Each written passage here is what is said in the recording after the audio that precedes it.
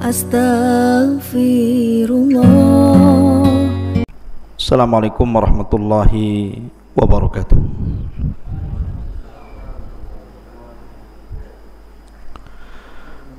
Alhamdulillah wassalatu wassalamu ala Rasulillah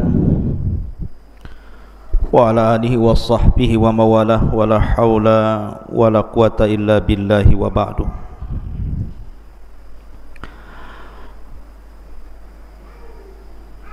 Antum kalau ngaji nggak bawa catatan ya, jadi tanya tak bisa. Mulai besok baca catatan ya, udah kayak Imam Bukhari saja antum.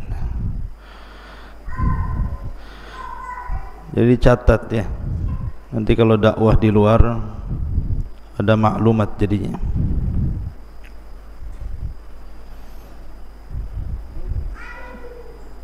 Taib. Alhamdulillah wassalatu wassalamu ala Rasulillah wa ala alihi wa sahbihi wa mawalah wa la hawla wa la quwata illa billahi wa ba'du. Alhamdulillah, di malam hari ini kita bisa duduk kembali untuk talabul ilmi.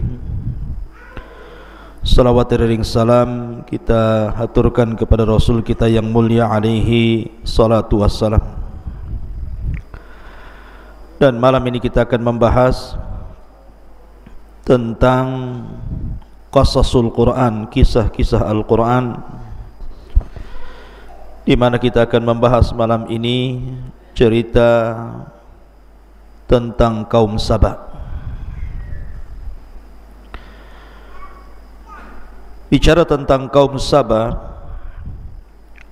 artinya kita bicara tentang keajaiban dunia,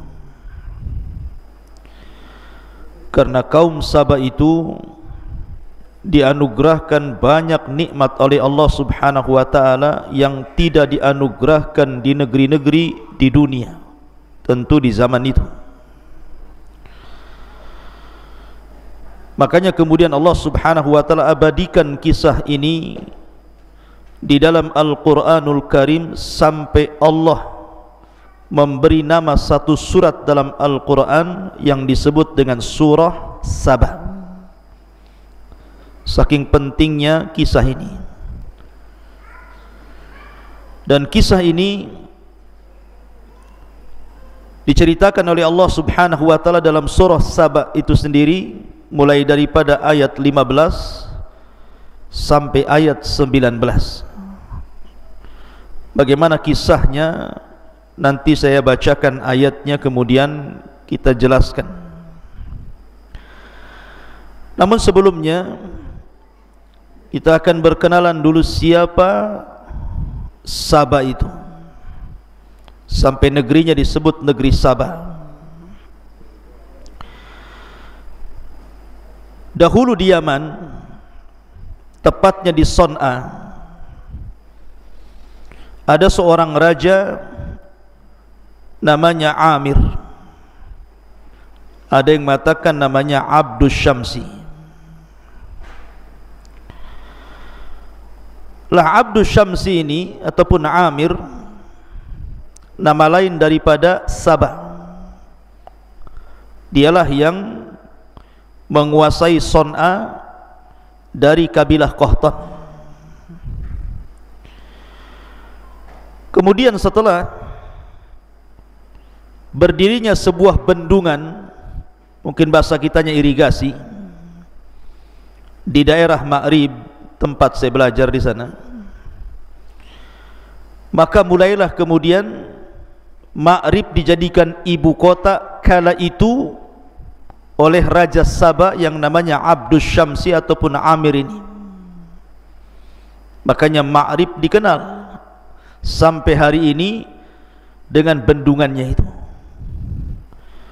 Bahkan sewaktu saya belajar di satu tempat namanya Benedobian,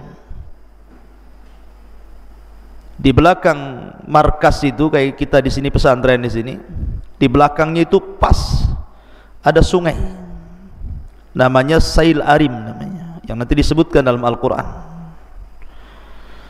Jadi kalau seandainya Sad Ma'rib itu, artinya bendungan Ma'rib itu dibuka, kemudian airnya melimpah, itu seperti banjir besar itu. Jadi jalan raya jadi sungai. Nanti kalau ditutup lagi bendungan itu, kemudian airnya surut, maka membuat genangan-genangan di tempat-tempat yang agak rendah. Nanti di situ banyak ikan di situ. Dan hampir 1 tahun saya makan ikan di situ. Ikan mujair itu bukan kecil, 2 telapak tangan segini ikannya itu. Kemudian ada juga ikan semacam gabus gitu ya, tapi bukan gabus kecil. Panjangnya gabus itu sebesar kaki antum itu, 1 meter. Dan ditangkapnya mudah, tidak melawan, tidak. Kalau gabus di sini ditangkap lari, itu ditangkap. Makanya kita sebut ikan bodoh-bodoh. Jadi tangkap bodoh, diam saja. Ya. Jadi kalau nampak ikan itu, itu ikan bodoh-bodoh katanya. Ya. Artinya bahwa kisah ini terjadi di satu daerah di Jazirah Arab, tepatnya di Yaman, lebih tepat lagi di Ma'rib. Kisah ini terjadi di Ma'rib karena ada puing-puing bekas kerajaan Ratu Balqis itu masih ada. Dijadikan monumen di situ, banyak wisatawan yang datang melihat bekas reruntuhan dari kerajaan Sabah Ratu Balqis di situ. Walaupun memang ada terjadi perselisihan tentang masalah letak di mana Sabah itu sebenarnya, tetapi yang masyhur dari ulama-ulama sejarah dan ahli tafsir bahwa Sabah itu letaknya di Jazirah Arab, atau lebih tepat lagi di Yaman, atau lebih khusus lagi di Ma'rib. Tetapi ada juga yang mengatakan bahwa Sabah itu ada di Ethiopia sana. Tapi ini tidak masyhur pendapat ini. Pendapat yang masyhur adalah letaknya di Ma'rib Yaman. Ma'asyiral muslimin yang dimuliakan Allah Azza wa Jalla, baik kita akan baca ayatnya, kemudian kita kisahkan. Menarik kisah ini sebenarnya. Allah Subhanahu wa taala berfirman dalam surah As-Saba ayat 15 dan seterusnya, laqad kana li saba'in fi maskanihim ayah. Sungguh bagi kaum Saba itu ada tanda-tanda kuasa Allah. Ya, karena Saba satu di antara keajaiban dunia, negeri yang sangat diberkahi kala itu, membuat negeri-negeri di luar Yaman cemburu dengan negeri Saba itu. Kemudian Allah mengatakan jannatani an yaminin wa shimal. Di tempat kediaman mereka ada 2 buah kebun di sebelah kiri dan juga sebelah kanan. Kemudian Allah mengatakan kulu mir rizqi rabbikum washkurulah baldatun thayyibatun wa rabbun ghafur.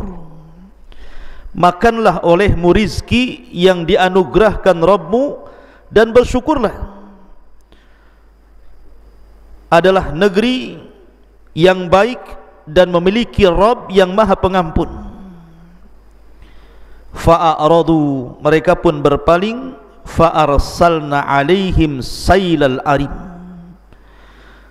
Setelah mereka berpaling, maka Allah Subhanahu wa ta'ala datangkan banjir yang sangat besar, meluluhlantakkan negeri Sabah.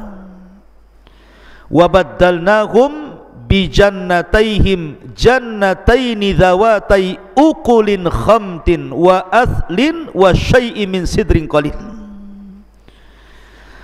Kemudian kebun yang tadinya indah, rindang dan begitu seterusnya, kami ganti kedua kebun itu dengan kedua kebun yang ditumbuhi pohon-pohon yang pahit dari pohon asal, kemudian juga pohon sider. Jadi di situ ada pohon pahit namanya khamtin, kemudian pohon asal, kemudian pohon sider. Nanti kita jelaskan 3 pohon ini. Kemudian Allah mengatakan dzalika jazainahum bima kafaru wa hal nujazi illal kafur. Allah mengatakan demikianlah kami berikan balasan kepada mereka karena kekafiran mereka, dan kami tidak menjatuhkan azab melainkan hanya kepada orang-orang kafir. Ikhwatu fiddin muliakan Allah Subhanahu wa taala. Kita akan ceritakan sebab nuzulnya dulu ya. Jadi sebab nuzul ayat ini, asbab nuzul ayat ini, Nabi SAW menceritakan tentang kisah kaum Saba ini kepada orang-orang Quraisy. Kenapa Nabi SAW menceritakan kisah ini kepada orang-orang Quraisy? Karena Allah Subhanahu wa taala sudah banyak memberikan nikmat kepada orang-orang Quraisy itu. Pertama, Quraisy itu memiliki Baitullah Al-Haram. Di situ ada Ka'bah yang dimuliakan sejak zaman Ibrahim. Kemudian yang kedua, Allah amankan negerinya. Karena setelah peristiwa Abrahatul Asram yang menyerang Ka'bah kemudian diazab oleh burung ababil, maka kabar tentang azabnya Abraha ini kemana-mana. Sehingga kalau ada orang-orang Mekah keluar, baik ke Yaman ataupun ke Syam, dalam perjalanan mereka aman. Tidak berani ada orang ganggu, takut diserang burung ababil. Kemudian juga mereka diberikan rizki yang melimpah. Makanya Allah Subhanahu wa taala abadikan nikmat orang-orang Quraisy ini dengan firman-Nya, li'ila fi Quraisyin ila fihim rihlatash syita'i was-saib falyabudu rabb hadzal bait alladzi at'amahum min ju'in wa amanahum min khauf.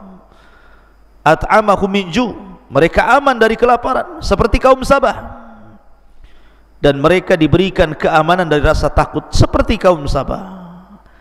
Artinya Nabi SAW seolah-olah ingin mengatakan, kalau nikmat Allah yang Allah anugerahkan kepada kalian tidak ingin hilang kepada kalian, bersyukurlah kalian. Dengan cara apa?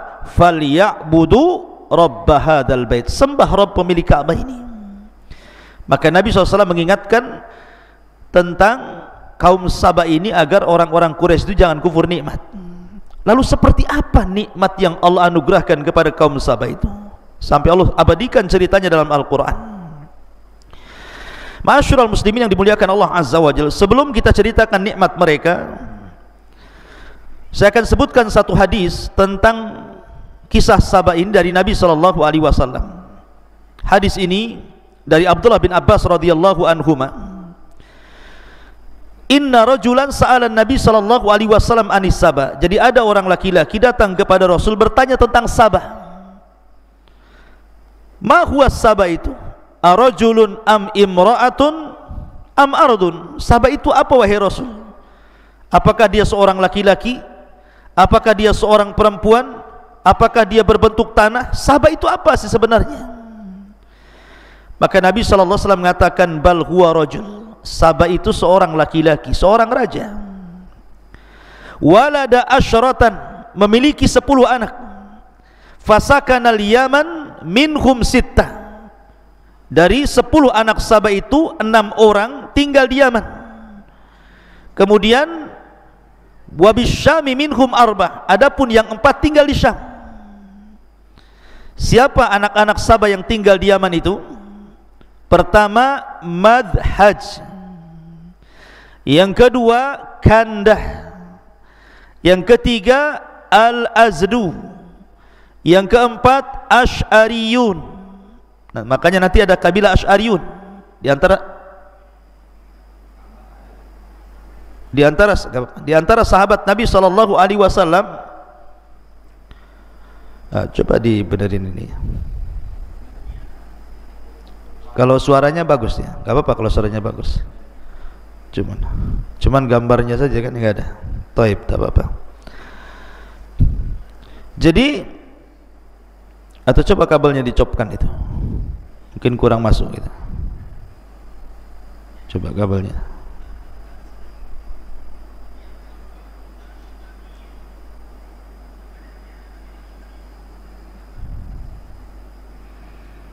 Ada gambarnya? Gak nampak juga.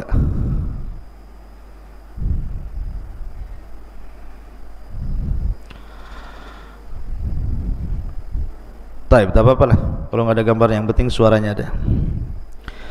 Kita ulangi bahwa orang-orang Sabaiyah ini, orang-orang yang dari keturunan Saba yang 6 yang tinggal di Yaman, namanya Madhaj, kemudian Kandah, kemudian Al-Azdu, kemudian Ash'ariyun, kemudian Anmar, dan yang terakhir Khimyar. Nanti semua jadi kabilah nih. Makanya di antara sahabat itu ada namanya Abu Musa Al-Ash'ari, karena salah satu putra Sabah itu namanya Ash'ariyun, tinggal di Yaman, nanti jadi kabilah. Kemudian Himyar, makanya ada kabilah namanya Al-Himyari. Ketika kita bicara tentang siapa? Orang Yahudi yang pura-pura masuk Islam di zaman Utsman, namanya siapa? Abdullah ibnu Saba As-San'ani Al-Himyari. Nanti jadi kabilah-kabilah itu. Adapun yang 4 di Syam, namanya Lakhmun, Judhamun, Amilatun, dan Ghassan. Ini semua anak-anak dari Sabah itu. Jadi cerita Sabah juga dikisahkan dalam hadis Nabi SAW. Taib.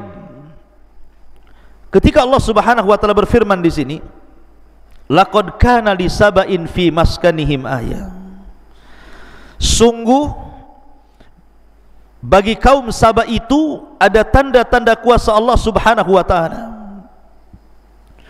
Jannatani an yaminin wa shimal, kulu min rizqi rabbikum washkurulah, baldatun thayyibatun wa rabbun ghafur. Di mana negeri Sabah itu diapit dengan 2 kebun, dari sebelah kanan dan sebelah kiri, dan kebun itu penuh dengan buah-buahan, penuh dengan makanan, kemudian air yang mengalir yang tanpa mereka harus bercapek-capek menyiramnya.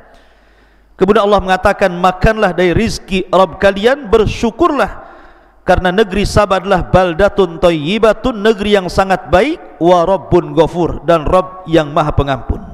Ikhwan yang dimuliakan Allah Azza wa Jalla. Jadi ada yang mengatakan peristiwa kaum Sabah ini terjadi sebelum Nabi Sulaiman datang dan mendakwahi Ratu Balqis. Ada juga yang mengatakan peristiwanya setelahnya. Wallahu alam, karena Al-Quran itu ada ihtimal, ada kemungkinan-kemungkinan.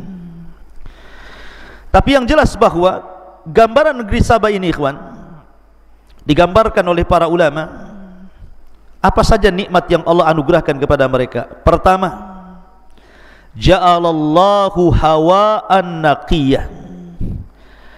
Allah jadikan negeri Sabah itu memiliki hawa yang sangat bersih, udara yang tidak pernah tercemar.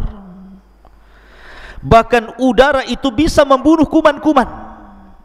Jadi kalau ada orang datang dari negeri orang masuk ke negeri Sabah, pamannya kepalanya banyak kutunya gitu ya, maka masuk ke negeri Sabah itu mati itu kutu-kutunya itu, nggak perlu disampo lagi. Kalau ke Jabal Uhud terbalik ya, dari rumah tak ada kutu, masuk Jabal Uhud banyak kutu pula. Ah, itu antum tidur sama bantal orang yang ada kutunya tuh, merayap dia masuk ke rambut antum pula. Jadi negeri Sabah itu diberikan hawa yang sangat bersih, dan itu digambarkan oleh Al-Imam Ibnu Jauzi rahimahullahu taala di dalam kitabnya Zadul Masir. Apa kata beliau? Wa yamurrul gharib bibaldatihim wa fi thiyabihil kummal fayamutul kummal litibi hawaiha, katanya. Lihat kata Ibnu Jauzi, kalau ada orang asing masuk ke negeri Sabah itu, kemudian di bajunya itu mungkin ada semacam kutu. Antum tahu kan kutu yang di baju itu? Kalau antum zaman dulu lah, kalau sekarang mungkin tidak ada ya. Biasanya ada di kasur-kasur itu. Kalau orang Jawa Barat bilangnya tumbila namanya. Tahu yang di kasur-kasur yang suka gigit ngambil darah itu. Makanya orang dulu biasanya kalau kasur itu dikeluarkan, dijemur tuh. Kadang-kadang disemprot baygon gitu. Tapi sekarang sudah nggak ada lagi itu. Sudah punah gitu ya. dengan berzamannya panjangnya zaman, beralihnya zaman, hilang pula tuh tumbila tuh. Jadi kalau seandainya seseorang itu pakai baju kemudian ada kutunya gitu ya, masuk ke negeri Sabah, mati tuh kutu itu. Kenapa? Litibi hawaiha, karena saking bagusnya, saking jernihnya, saking bersihnya hawanya itu. Ini satu kenikmatan yang Allah berikan. Yang kedua, barakallahu fi amwalihim wa ma'ashihim, Allah berkahi hartanya. Orang-orang Sabah itu tidak ada miskin, semua kaya, nggak ada cerita kelaparan itu, semua kaya. Makanya kenapa negeri Sabah itu luar biasa, tidak ada kejahatan, karena tidak ada pencurian, tidak ada perampokan. Mau ngerampok apa, semua kaya, karena sebab merampok itu gara-gara kemiskinan kan itu ya. Semua kaya, Allah berkahi betul kehidupan mereka dan harta mereka. Semakin hari semakin kaya, semakin kaya. Kemudian yang ketiga, lam yara ahlus Sabah la fi buyutihim wala fi jannatihim hasyarat. Orang-orang Sabah itu, mereka tidak pernah melihat di rumah-rumah mereka atau di kebun-kebun mereka hasyarat.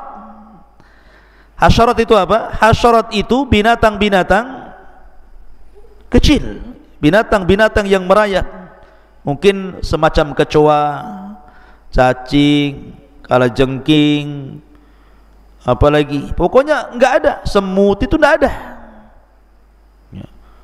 apalagi titinggi ataupun kaki 2000 atau apa, kan banyak tuh, ya kan, binatang-binatang itu. Kalau antum masuk kebun tuh kan, kebun Jabal Uhud saja ada macam-macam tuh binatang antum dapati itu. Tetapi di negeri Sabah ini, dan itu juga disebutkan oleh Imam Al-Jauzi rahimahullahu ta'ala. Apa kata Imam Ibnu Jauzi? Walam yakun yura fi baladihim hayyatun wala aqrabatun wala ba'udatun wala dubabun wala burghus. Nah, lihat, kaum Sabah itu tidak pernah melihat ada ular, ada kalajengking, ada nyamuk, ada lalat, ada burghus, binatang-binatang kecil, tidak ada. Subhanallah, tidak di rumah, tidak di kebun. Kalau kita kan masuk kebun kadang-kadang takut ular, takut kalajengking, takut binatang-binatang buas gitu ya. Ini kaum Sabah tidak ada binatang-binatang kayak gitu itu. Subhanallah ya. Jadi masuk hutan itu betul-betul tidak didapati satu pun hasyarat, binatang-binatang kecil itu. Memang bersih dari binatang-binatang, murni kebun itu bersih dari hal-hal yang seseorang menakutkan atau menjijikan dari binatang-binatang kecil itu. Kemudian yang nomor 4, barakallahu fi ardihim, Allah berkahi buminya. Betul-betul Allah berkahi buminya. Jadi kaum Sabah itu tidak pernah yang namanya panen itu musiman, musim terus saja. Bayangkan coba, kalau kita mau duren itu nunggu musim duren itu setahun sekali kan.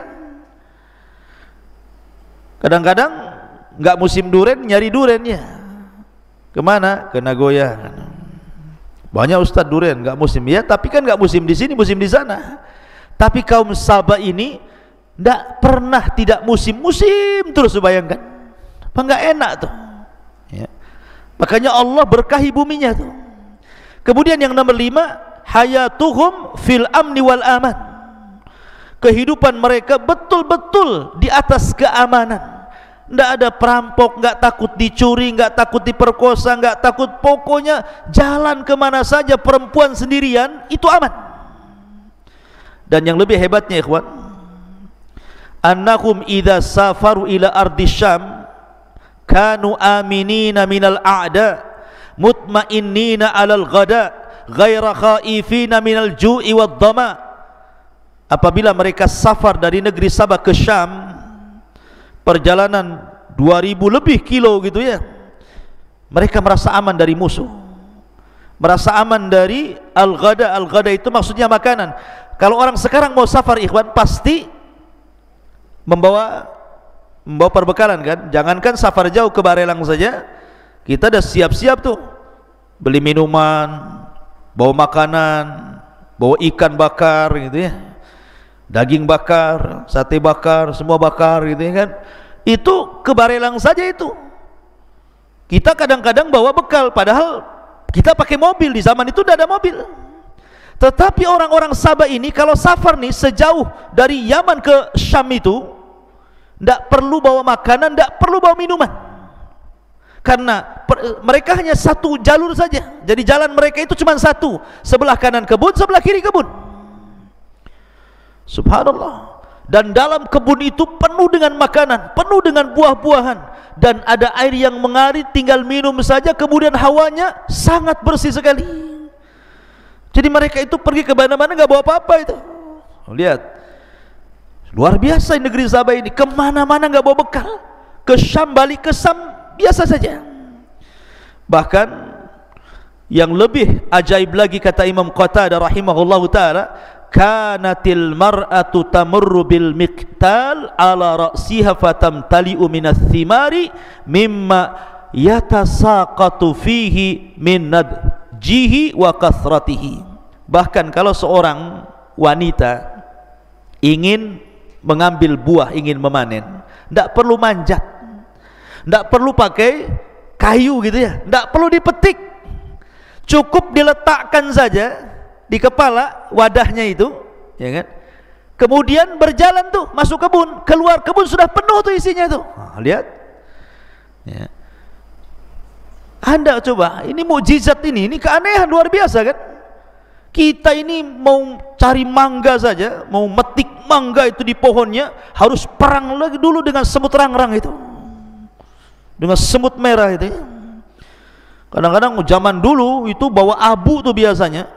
Kalau saya dulu di desa-desa itu, kalau mau manen mangga itu bawa abu bakar tuh, ditebar itu di di batang-batangnya, ngelawan semut rangrang itu, supaya jangan digigit. Tetapi karena banyaknya semut, ya percuma juga, ada juga yang gigit kan gitu ya. Kadang-kadang nggak tahan, terjun payung dia dari atas. Jadi kita ini mau ngambil buah-buahan saja, musuhnya banyak di pohon itu. Ini kaum Sabah kalau mau metik buah cukup diletakkan embernya di atas kepala, jalan saja ke kebun, keluar ada penuh tuh. Subhanallah. Kata Imam Qatadah rahimah, saking suburnya. Begitulah keajaiban negeri Sabah. Coba, wajar kalau negeri-negeri di luar Sabah cemburu dengan negeri itu. Makanya Allah istilahkan dengan kalimat jannah, sorga.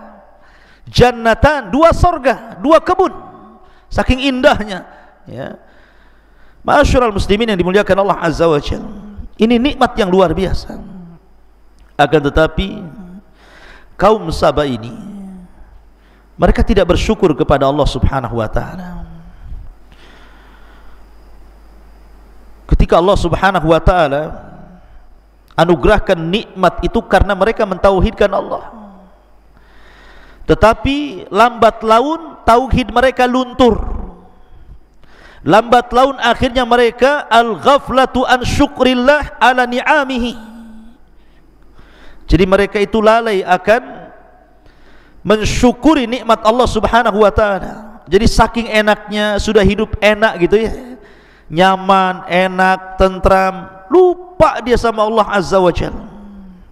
Makanya Allah mengatakan apa?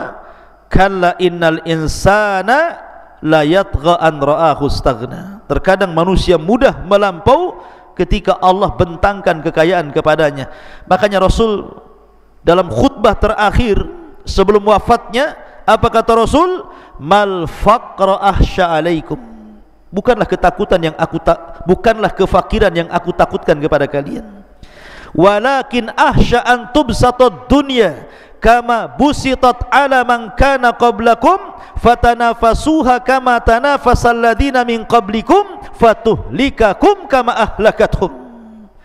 Tetapi yang aku takutkan, kata Rasul, kalau dibentangkan dunia kepada kalian, kalian berlomba-lomba mengejar dunia meninggalkan akhirat, kemudian Allah hancurkan kalian sebagaimana umat dulu Allah hancurkan karena itu.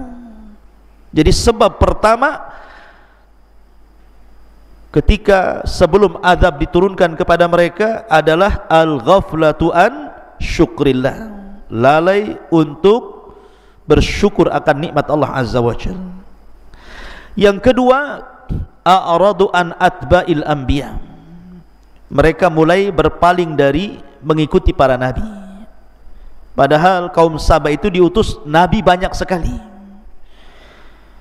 tetapi sebagaimana fitrah dakwah para nabi selalu didustakan, maka sedikit-sedikit mereka pun tidak mendengar wejangan para nabi, akhirnya kufur.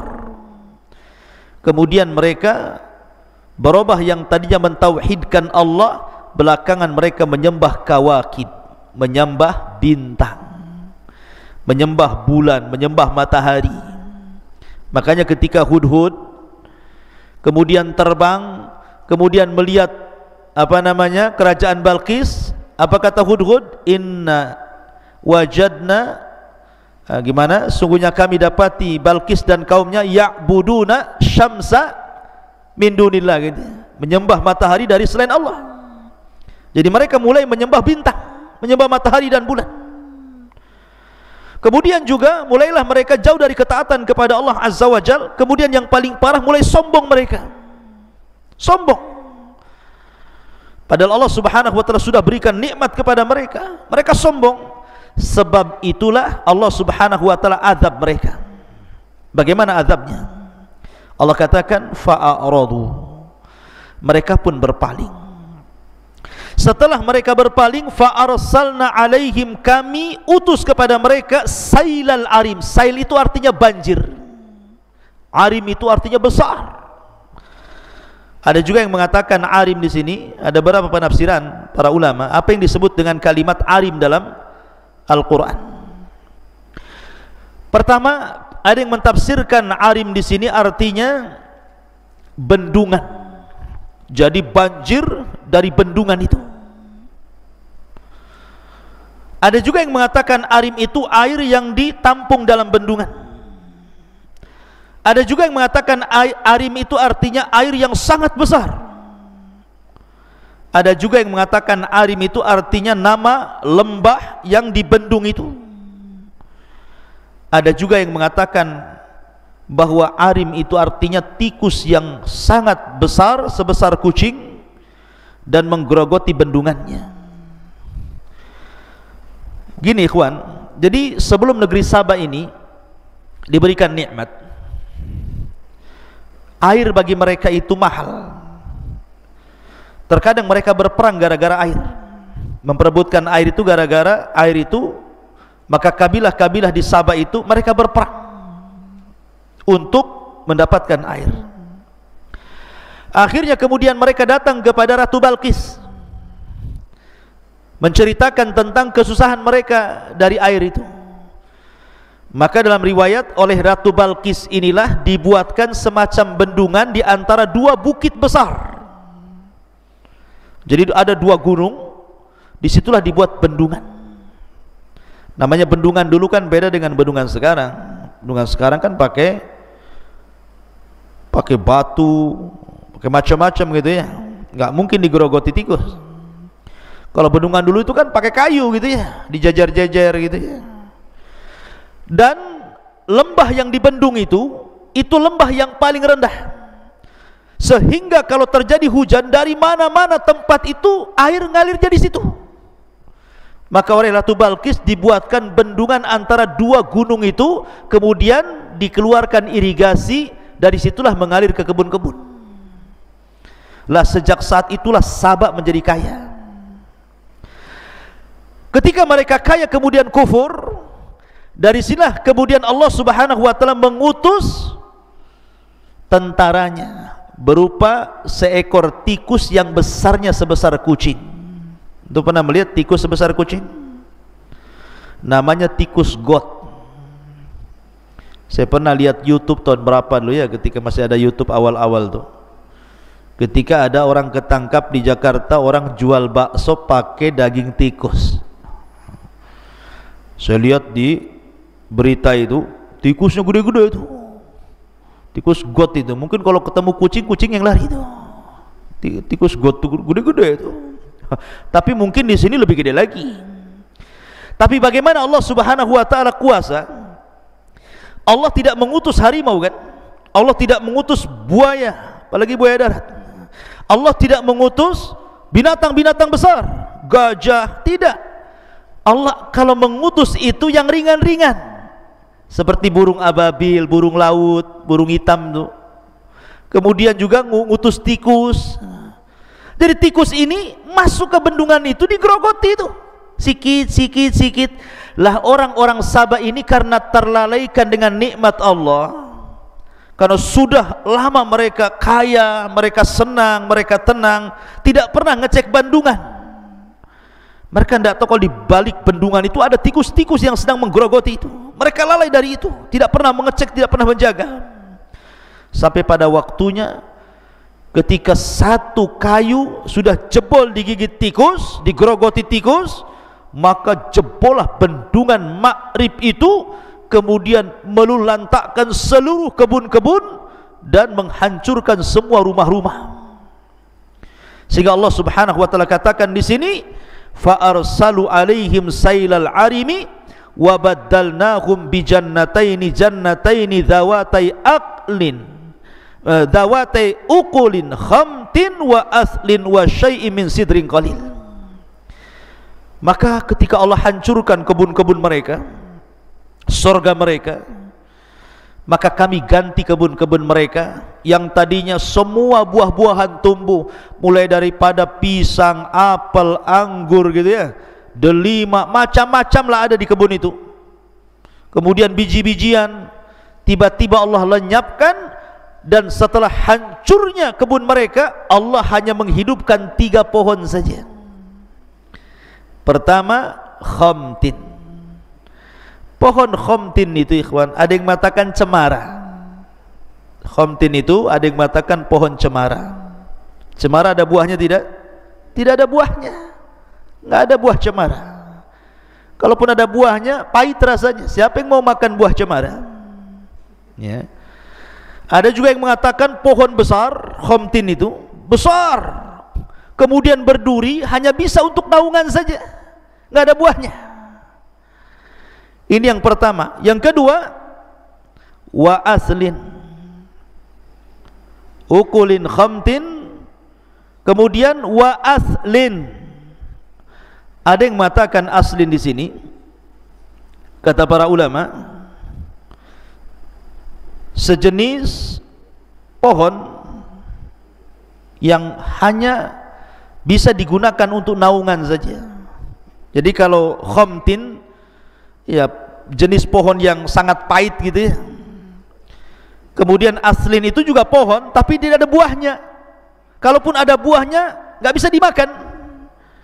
Kemudian yang terakhir, khamtin, kemudian apa lagi? Wa aslin wasidrin, jangan ngobrol. Wasidrin, pohon bidara. Sidr itu pohon siwak. Ada yang mengatakan pohon siwak ya. Siwak nggak bisa dimakan siwak itu.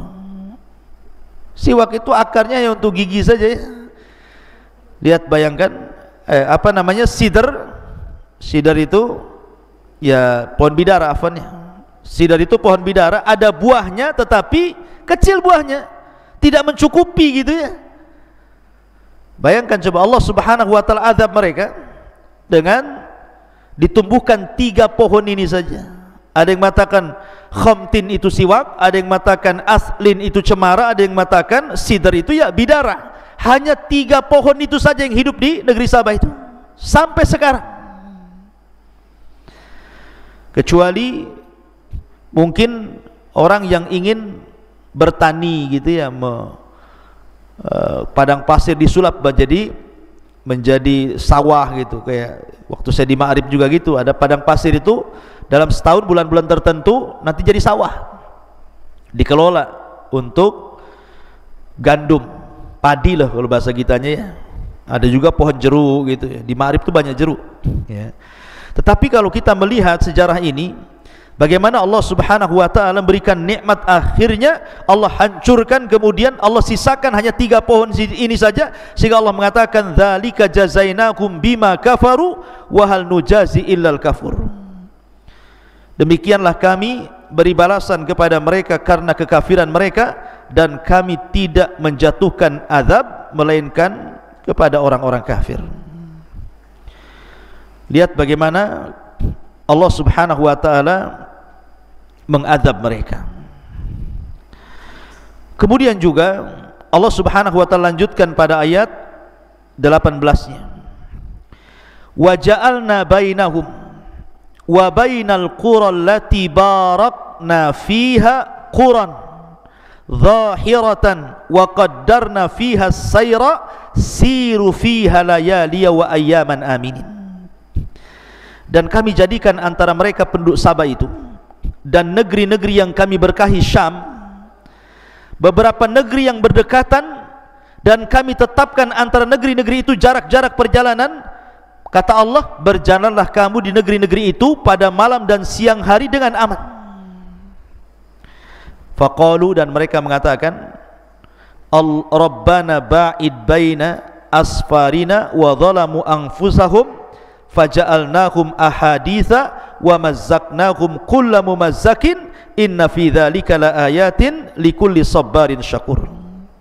Maka mereka berkata, ya Tuhan kami, jauhkanlah jarak perjalanan kami, dan berarti mereka menzalimi diri mereka sendiri, maka kami jadikan mereka bahan pembicaraan dan kami hancurkan mereka sehancur-hancurnya. Sungguh pada yang demikian itu benar-benar terdapat tanda-tanda kuasa Allah bagi setiap orang yang sabar dan bersyukur. Begini maksudnya, ikhwan.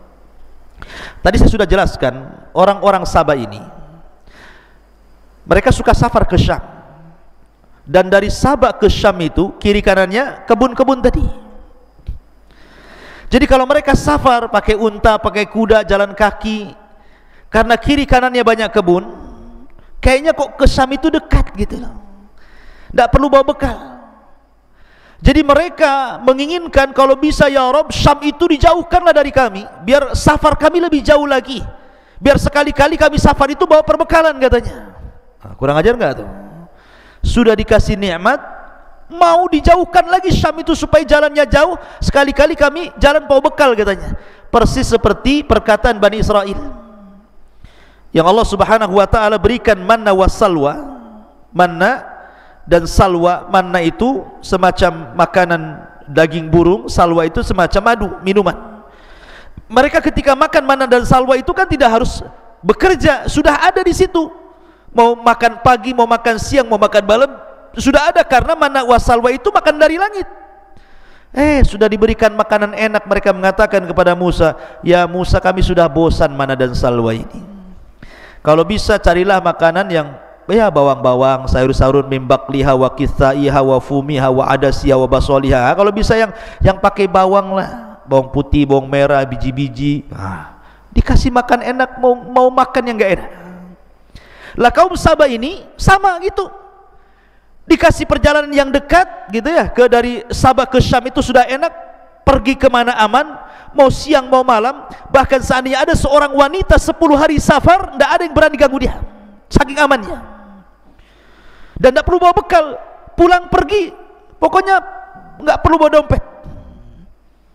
Tapi mereka mengatakan, ya Rabb, kami bosan, ya, kami maunya Syam itu kalau bisa dijauhkanlah dari kami, biar kami kalau pergi itu bawa bekal katanya. Nah, sebab itulah maka Allah Subhanahu wa taala hancurkan mereka, dan setelah kehancuran itu faja'alnahum ahadis, mereka pun dibicarakan orang satu dunia, bahkan dibicarakan Al-Qur'an sendiri. Wa mazzaqnahum kulla mumazzaq, kami cerai beraikan mereka. Akhirnya setelah tragedi banjir ini, orang-orang Sabah itu ada yang ke Persia, ada yang ke Jazirah Arab, ke Yathrib, ada yang ke Mekah, ada yang ke Ethiopia, ada yang kemana-mana mereka mencar. Salah satunya adalah Amr ibn Amir. Amr ibn Amir itu dari Sabah akhirnya hijrah ke Yathrib, yang kemudian belakangan menjadi kakek buyutnya dua kabilah, Khazraj dan Aus, yang belakangan setelah Rasul datang ke Madinah, dua kabilah itu disebut Ansar. Orang-orang Ansar, orang-orang Ansar dari keturunan Amr ibnu Amir. Lah Amr ibn Amir ini salah satunya adalah orang yang terkena korban azab pecahnya bendungan Ma'rib, kemudian melantakkan negeri Sabah, maka dia hijrah ke Yathrib. Kemudian beranak pinak, jadilah dua kabilah namanya Khazraj dan Aus. Belakangan Khazraj dan Aus itu jadi sahabat Nabi SAW dari kalangan Ansar. Makanya Allah mengatakan, inna fi dzalika laayatin likulli sabarin syakur. Pada yang demikian itu benar-benar terdapat tanda kekuasaan Allah bagi setiap yang bersabar dan juga bersyukur.